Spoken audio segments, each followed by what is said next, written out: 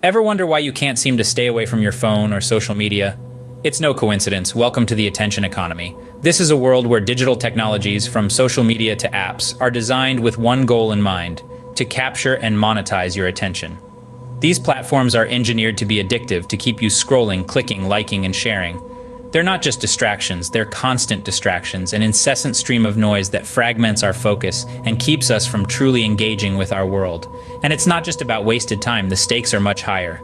As our attention is diverted and divided, we can find ourselves pulled into a digital trap, a vortex of stress and anxiety. Our minds are cluttered with digital debris, leaving us feeling overwhelmed, disoriented. In the grasp of digital technology, we may find ourselves losing focus and feeling overwhelmed. Are you feeling stressed and anxious due to your digital habits? It's a question that's becoming increasingly relevant in our hyper-connected world. The culprit? Digital clutter. This term refers to the excessive and unnecessary use of digital tools that bombard our senses, leaving us feeling overwhelmed and frazzled.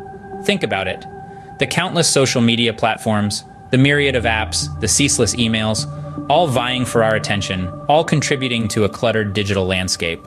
This constant connectivity, while seemingly beneficial, can have detrimental effects on our mental health.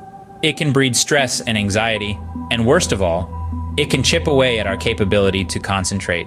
Instead of being masters of our digital universe, we become slaves to the pings and notifications, our focus fragmented, our minds in a constant state of unrest. The constant connectivity of modern life can be more of a burden than a boon, eroding our ability to concentrate. What if there's a way to use digital tools more mindfully? Enter the philosophy of digital minimalism, as proposed by Cal Newport. This approach to technology isn't about rejecting the digital world entirely. Instead, it's about making a deliberate choice to use digital tools in ways that truly enrich our lives. So, what are the principles of digital minimalism? Well, it begins with intentionality. It's about being selective, not just accepting every digital tool that comes our way. It's about asking ourselves, does this add real value to my life? If the answer is no, then it's time to hit the delete button. Digital minimalism also advocates for focus. In our hyper-connected world, it's easy to become a jack of all digital trades, but a master of none. Digital minimalists, on the other hand, concentrate on a select few digital platforms that align with their personal and professional goals. They understand that less can indeed be more. Another key principle is simplicity. Digital minimalists prefer tools that are straightforward and easy to use. They stay away from overly complicated apps and platforms that can lead to digital fatigue. They value digital tools for their utility, not for their bells and whistles. Moreover, digital minimalism is about mindful usage. It's about being present and engaged, not mindlessly scrolling through feeds. It's about using technology as a tool to enhance our lives, not as a distraction that takes us away from what truly matters. Lastly, digital minimalism is about control. It's about reclaiming our time and attention from the clutches of the attention economy. It's about setting boundaries and sticking to them, about knowing when to plug in and when to unplug. So if you're feeling overwhelmed by the constant barrage of notifications, if you're struggling to focus amidst the digital noise, if you're yearning for a more balanced relationship with technology, it might be time to consider digital minimalism. This philosophy of digital minimalism could be the answer to regaining control over our digital lives. It's not about rejecting technology, but about using it with purpose, intentionality, and mindfulness. It's about choosing a focused life in a noisy digital world. Imagine stepping back from non-essential digital tech for 30 days. Quite a thought, isn't it? This is the core of what Cal Newport calls the digital declutter process. It's not about quitting technology cold turkey or living like a hermit in the digital age. Rather, it's a conscious, temporary retreat to reassess our relationship with the digital world. Let's be honest, our lives are saturated with apps, emails, social media, and all sorts of digital tools that are constantly vying for our attention. But how many of these are genuinely valuable and worth our time? How many truly enrich our lives, rather than just adding to the noise? It's easy to lose sight of this amidst the buzzing and dinging of our devices.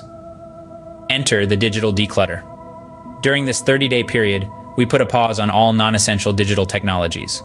No mindless scrolling through social media, no checking emails every 5 minutes, no endless rabbit holes of online content. Just you, your thoughts, and the world around you. This might sound daunting, but remember, it's not about completely disconnecting. It's about taking a step back to evaluate. Essential digital tools. those that are crucial for work or urgent communications, still have their place. The goal is to create some breathing room, to give ourselves the chance to experience life without the constant digital chatter. So, what happens after these 30 days? Well, it's not about rushing back to refill your life with digital clutter. Instead, you get to decide which tools to reintegrate into your routine. You might find that some apps you thought were indispensable aren't really that important, or that your time is better spent elsewhere. The key is intentionality, choosing to use digital tools because they add real value, not just because they're there. A digital declutter could provide a fresh perspective on our digital habits and their impact on our lives. It's a chance to reclaim our time and attention from the clutches of the digital world to focus on what truly matters. After all, we're not just passive consumers of technology. We have the power to shape our digital lives, and perhaps it's time we start exercising that power. Could we use technology in a way that aligns with our personal values and goals? This question forms the basis of value-based technology use, a key tenet of digital minimalism. It's about not just accepting every new app or platform that comes our way, but thoughtfully evaluating each tool for its specific benefits. Ask yourself, does this technology add genuine value to my life? Does it help me achieve my goals? How does it align with my personal values? If the answers are positive, the technology might be worth integrating into your life. If not, it might be best to pass on it. This approach is not about shunning technology. It's about making technology work for you, not against you. It's about ensuring that every digital tool you use serves a purpose, enhances your life, and aligns with your values. With value-based technology use, we can ensure digital tools serve us, and not the other way around. Remember the joy of reading a physical book or spending quality time with friends and family? In the digital era, it's easy to forget how valuable these analog experiences can be. These activities, often overlooked in the rush of our tech-driven lives, can provide us with a sense of fulfillment and contentment that a digital screen simply can't replicate. Imagine the rustle of pages as you flip through a book, the tactile satisfaction of holding a physical object crafted with care. Or consider the laughter and warmth of a conversation with a loved one, unhindered by digital distractions. These are moments of connection, of being present in the here and now, that digital tools often struggle to emulate. Cultivating analog leisure activities is about creating balance in our lives. It's about stepping away from the screens and engaging with the world around us. Whether it's gardening, painting, cooking, or simply going for a walk, these activities ground us in the physical world, offering a respite from the constant stream of digital stimuli. Spending quality time with friends and family is another crucial aspect of this balance. In a world where social interactions are increasingly mediated by screens, it's important to remember the value of face-to-face connections. The shared experiences, the emotional nuances, the depth and richness of real-world interactions. These are things that digital platforms can't fully capture. It's not about completely eliminating digital tools from our lives. After all, they offer immense benefits and conveniences. But it's about recognizing when they start to overshadow our real-world experiences, when they become the rule rather than the exception. Digital minimalism encourages us to reassess this balance. It's about being intentional with our use of digital tools, choosing them for their utility and value, not simply because they're there. But equally important is the conscious effort to cultivate these analog experiences, to invest in real-world connections. In the world of digital noise, analog leisure and real-world connections can bring us more joy and fulfillment. So, let's turn the pages of a book. Let's share a meal with loved ones. Let's reconnect with the world around us. Because sometimes the simplest pleasures are the most rewarding. Have you ever been so engrossed in a task that you lost track of time?